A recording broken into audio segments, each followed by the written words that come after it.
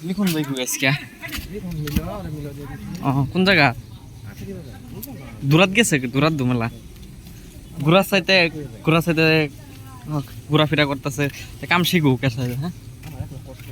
তুমি তো আজকাল ধরে ফ্যামিলি চালাইতেছো না এই ছোটবেলা আমরা ওই ছোটবেলাতে দেখতেছি চাকরি বাকরি করতেছো তুমি